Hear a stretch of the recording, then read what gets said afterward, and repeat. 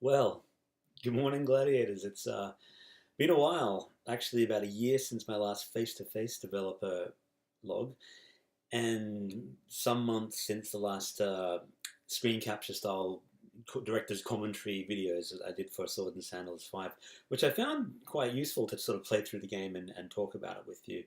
Um, I guess a lot's happened in the last year, and most recently in the last 3 months. The birth of my young son Isaac, up here on the wall. He's now older than that even, so he's getting on 3 months, and love him to bits. He's a real handful. He really takes up a lot of my free time, and so the time that I used to spend working on Sword and Sandals is pretty much down to about sort of maybe a third, 20% of what it was. Um, Anyway, I wanted to put this video up just to say I want to start doing more of these because one thing you realize as a developer, uh, it takes some time to get to realize this, but your fans are so important, and reaching them in a way that they appreciate is also important. I have a bunch of different channels that I try to connect with the fans. Facebook and more recently Discord channel, Twitter and Instagram, and of course YouTube. And I think by far and away the one that gets the most interaction and feedback is YouTube. But it's the one that I've sort of neglected the most, only doing a couple of videos. And partly I think that is because it takes some creative energy to sort of sit in front of a camera and talk, or load up a game and talk over it. And partly it's because you feel like you're rambling or people aren't going to be interested. But I think for me personally, having watched other game developers, particularly a guy called Game Dev Underground, Tim Bergling, I think is his name, but he does one of these devlogs every day, and I think that's kind of inspired me to try and up the frequency of when I do them. And I think once you can get to know a developer as a person and understand their motivations behind making a game and the struggles and what's going right, what's going wrong, I think you just develop a bit of a connection with a fan and a developer. And it's very important because marketing can come across as a very impersonal thing. Um, so much of it seems generic, and therefore the product seems generic. And when you realize that you're just one developer, then I think people tend to sort of not sympathize, but they tend to appreciate why these games take so long to make. And aside from this little guy up on the wall. Anyway, let's get on with it. So, what I wanted to talk about today is Sword and Sandals Pirates, which, for those who've been following, is the latest in the Swords and Sandals series. Now, this game has got quite a long history itself, because when I left my old company and no longer had the rights to work on Swords and Sandals, I was trying to think of something new and exciting that I'd like to work on. And when I finished the game that eventually became Sword and Sandals Medieval, which is formerly known as Euro Knight, I had some time on my hands, so I made a bunch of smaller games, a physics puzzler, a little 3D game in Unity, and a couple of prototypes which never got finished. Um, but the one that really got into my mind was a game about pirates, and I was at the time listening to a hardcore history podcast by a guy called Dan Carlin. Now, if you like history, this guy is absolutely brilliant. He really he brings it to life in such a way that is terrifying and terrifyingly entertaining. And he did an episode where he talked about the great explorers of the world, the Magellans and the Captain Cooks and so on. And that got me inspired. So I wanted to make a game where you basically sailed around the world with a crew, exploring islands, fighting with the natives, finding resources and trading them and so on. And I called that game Ships and Scurvy. And I spent quite a lot of time on this. I spent maybe 6-7 months on that game before I got it to a point where I actually even approached a couple of publishers and said, "Hey, are you interested in this?" And I got some positive feedback, but at that time they were like, "Look, this isn't far enough along, or it's not quite what we're looking for at this point." And so I was kind of a little discouraged, but I knew that there was still something in there that I wanted to keep going with.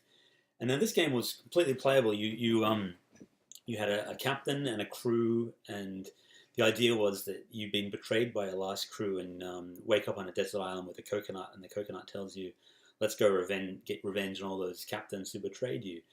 And you follow this story where you go from island to island, finding out clues about who's betrayed you, and then you track down the sea captains. And this game was kind of fun, but it also felt a little too linear. And in a game about exploration, I didn't really feel like it was a good idea to force people down a certain path. And so when I was on holidays last year, I decided that, you know what, I should revisit this game. Because at this time, I stopped the game. I stopped working the game. I got the contract and the rights to work on Swords and Sandals again, and I started working on Swords and Sandals 2 and Swords and Sandals 5, and turning Euro into Night into Swords and Sandals Medieval. And so for a few years, Ships and Scovey lay dormant until I had that idea on holidays that, you know what, I should turn Ships and Scovey into a Sword and Sandals game. The characters look a lot like the Sword and Sandals characters because it's my artwork. You can see this little skeletal warrior up on the screen. He's straight out of Sword and Sandals. It was a Sword and Sandals style game in everything but name only. And my revisiting of it was basically, what about if I took the core game engine and turned it into a almost kind of Sword and Sandals Crusader, kind of Settlers, a little bit of Civilization, and of course a little bit of Sid Meier's Pirates, which was a game that I loved as a kid. And what if I put all that together in a package? And so the game has now turned into it's actually 10 sea captains at this point, vying for control of the Great Ocean. The game is set before Sword and Sandals 1, and it basically details the conquering of a series of islands in the Tritonian Oceans, just off the coast of Brandor. Basically, a series of storms have left the islands all without a ruler, because the Praetorian Navy once was a dominant power in the realm, and now they're basically decimated. And so it's a big power grab where all these different leaders are trying to capture the different islands and control the high seas. And so you take control of various leaders such as Belgrave, Wolfgang, of course, the evil Chaos, Emperor Antares, and a bunch of new ones. Olaf the Unhinged, who's a cool Viking character from a friend of mine, John Stayskull's video game Blood and Mead, which is coming out soon, next year. And there's a couple of other cool new characters like Gravlax the Cycladian, with one huge eye and his army of sort of giant ogre types. And there are a couple of other cool factions which I won't mention now. Anyway, the idea of the game is you go around conquering, not conquering, placating or defeating the native peoples, wresting control of their islands, trading with them, trading with each other, having cannon battles. This is kind of fun actually, because you have duels, you have ship-to-ship battles, you have land battles between the different captains and their crews as they kind of race towards each other on desert islands or up on rocky cliffs and so on. And you go around basically trying to take over the ocean, and then at the end of a couple of years, this big pirate council will vote on who the most powerful commander is.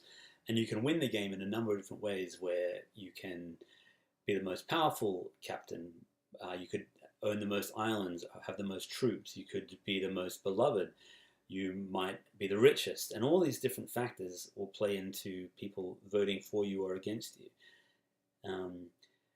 I actually have a fair bit of gameplay, but it's in various stages, and I want to show you some of it, but not today, so that may be my next video.